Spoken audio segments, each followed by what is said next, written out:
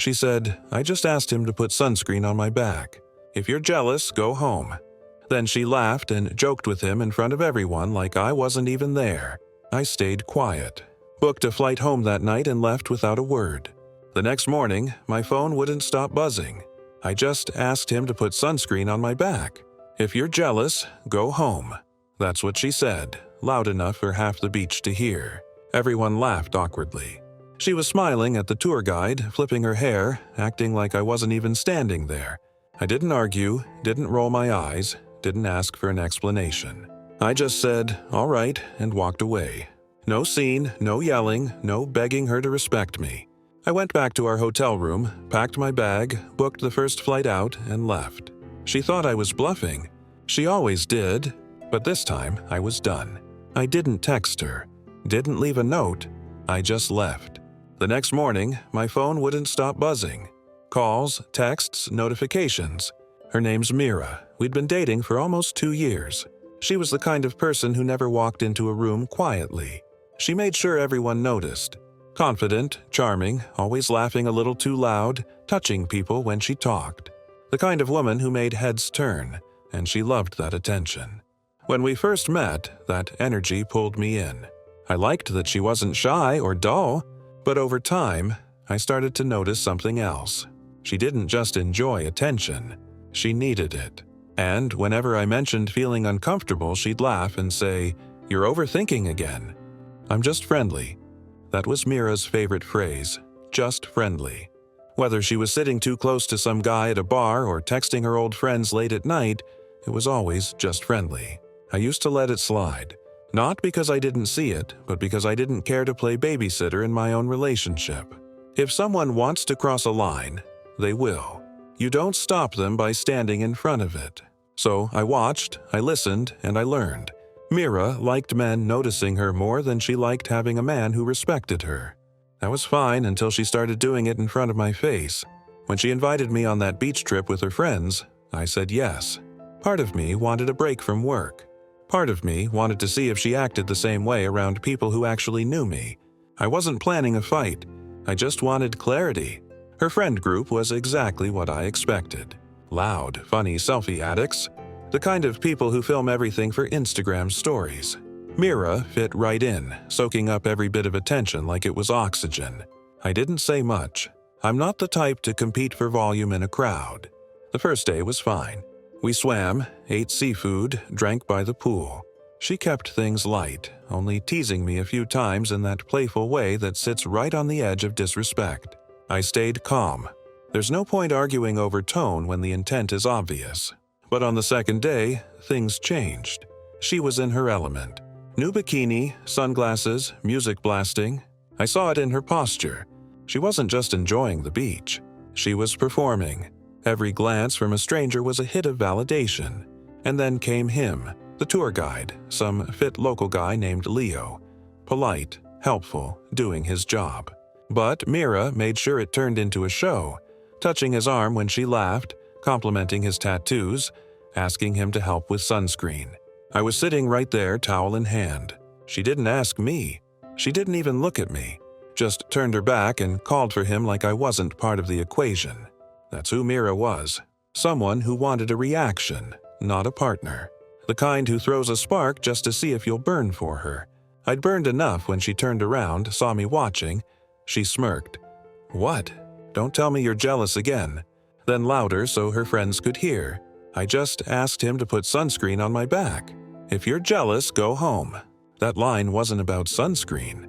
It was about power. About showing everyone she could humiliate me and still expect me to stay. And that's when I knew she didn't respect me. She just wanted to see if I respected myself. For a second, everything froze. The music, the laughter, even the sound of the waves seemed to pause after those words left her mouth. "If you're jealous, go home." Half the group stared at me. Half stared at her, waiting for something in a fight, an apology, maybe a joke to smooth it over, but I didn't give them any of that. Mira was still smirking, her sunglasses low on her nose, watching me like I was supposed to perform, supposed to play the part of the insecure boyfriend so she could feel superior. She wanted a scene. Instead, I gave her silence. I didn't look angry. I didn't flinch. I just said quietly, "Okay." And that single word must have hit her harder than yelling ever could, because her smile faltered for half a second, then came right back, fake and too bright. "Oh, come on! Don't be dramatic," she called out loud enough for everyone to hear. "He's so sensitive, right?" Her friends laughed awkwardly. The kind of laugh that doesn't sound like fun, more like fear of tension. Nobody actually found it funny. I didn't respond. I just picked up my towel, shook off the sand, and started walking. She kept talking behind me, her voice chasing me up the shore. "Are you seriously leaving? Adam, come on, don't ruin the mood. You can sulk later. We're having fun." I didn't turn around because when someone publicly disrespects you, looking back is just volunteering for more. Back at the hotel, I could still feel the sun burning on my shoulders. But inside, I was calm. Too calm. That's when I knew it was over. Real endings don't come with yelling or tears. They come with quiet certainty. I took a shower, packed slowly, methodically, folded shirts, unplugged chargers. Every movement felt like reclaiming a little piece of myself I'd given away over time. By the time I zipped my suitcase, the noise of the beach felt miles away. She texted once. "Seriously? You're going to act like a child because I made a joke?" I didn't answer. Then came another. "If you walk out over this, don't bother coming back." I smiled. Not out of spite, but because it made my choice easier. I'd already walked out. Downstairs, I stopped by the front desk. The clerk recognized me from check-in and smiled. I smiled back, handed over the room key, and paid for my share. He asked if the other guest on Mirror would be checking out too. "Not yet," I said. "She's staying a little longer." He nodded. Outside, the air smelled like salt and sunblock. I shuttled to the airport, was idling by the curb. I climbed in, set my suitcase down, and watched the resort fade behind me through the window. No guilt, no second thoughts, no music, just peace.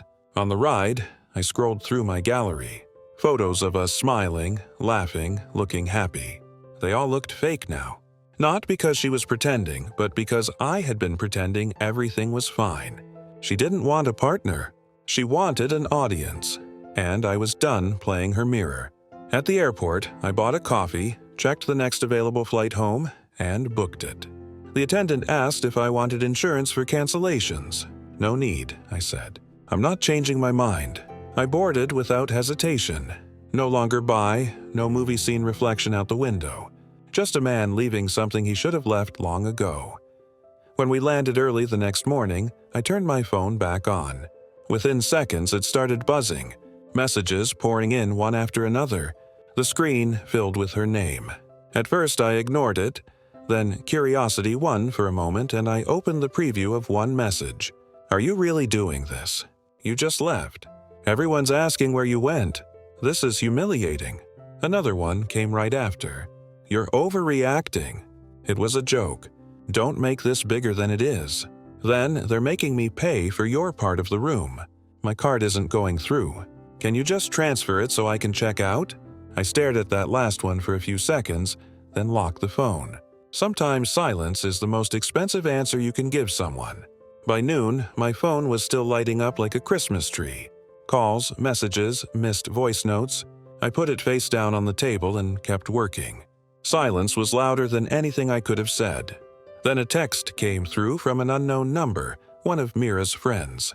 I opened it because curiosity, not emotion. "Hey man, this is Daniel. You don't know me well, but just FYI, she's freaking out. The hotel's asking her to pay your part since it's one booking. Her card keeps getting declined. She's crying at the front desk. Thought you should know."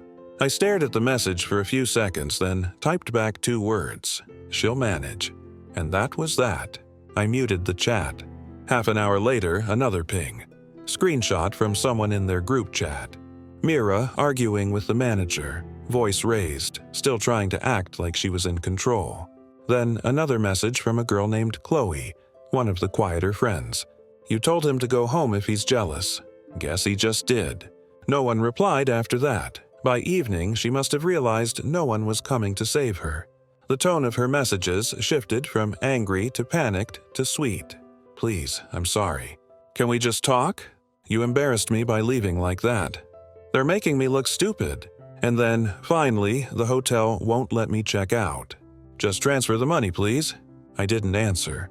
I just scrolled through them slowly, watching her words twist from arrogance to desperation. It wasn't about the money. It was about control. She'd lost it, and she couldn't stand that. That night, Daniel texted again. She's asking everyone for cash. No one's lending. I think she thought you'd pay online or something. She's losing it, man. She said you left her stranded. I sent a final reply. She told me to go home.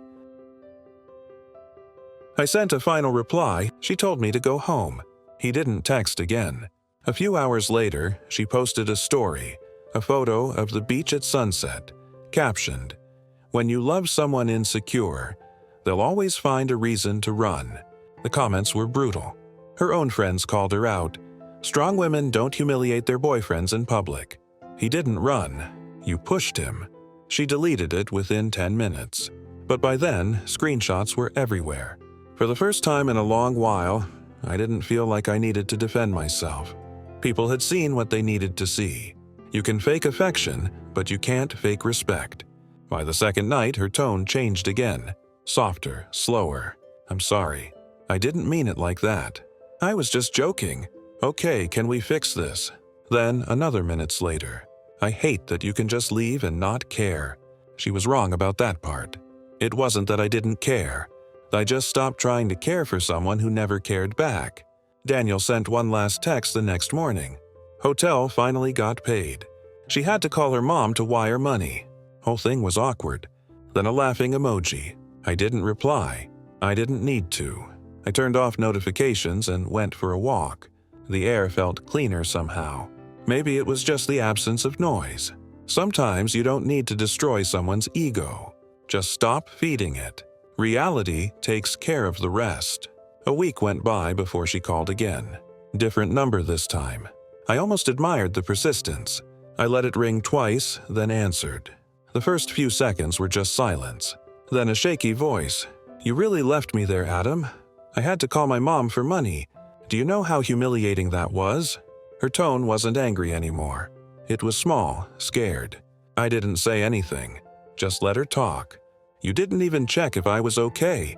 After everything we've been through, that's how you treat me." Over one stupid comment. I finally spoke calm and even. "No, mirror. Not over one comment. Over every moment you thought disrespect was cute.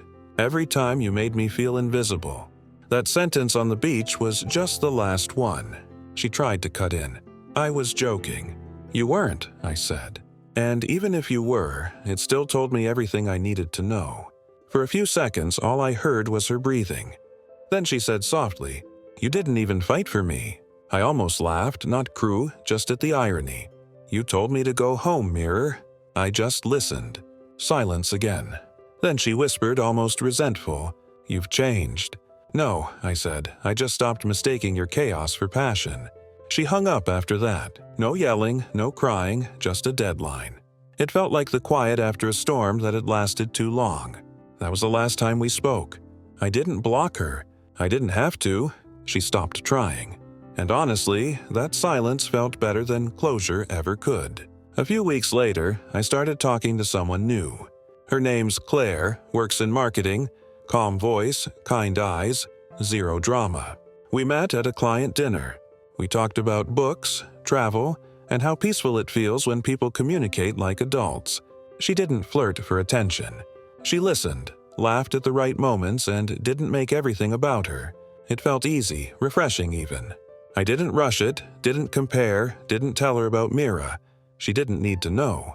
What mattered was that when she spoke, I didn't feel like I had to defend myself just to be heard. Sometimes peace feels so unfamiliar that you mistake it for boredom. But after Mira, I knew better. Peace isn't boring as it's healing. A few days ago, Daniel texted again one last time. "Hey man, just FYI, Mira's back home. Heard she's been telling people she learned her lesson." "Not that it matters," I replied with a simple wish her well, then muted the thread. I didn't hate her. I didn't forgive her either. I just stopped caring. Some people don't learn from losing you. They only learn when the bill arrives. And literally and metaphorically, I don't hate her. I don't wish her pain.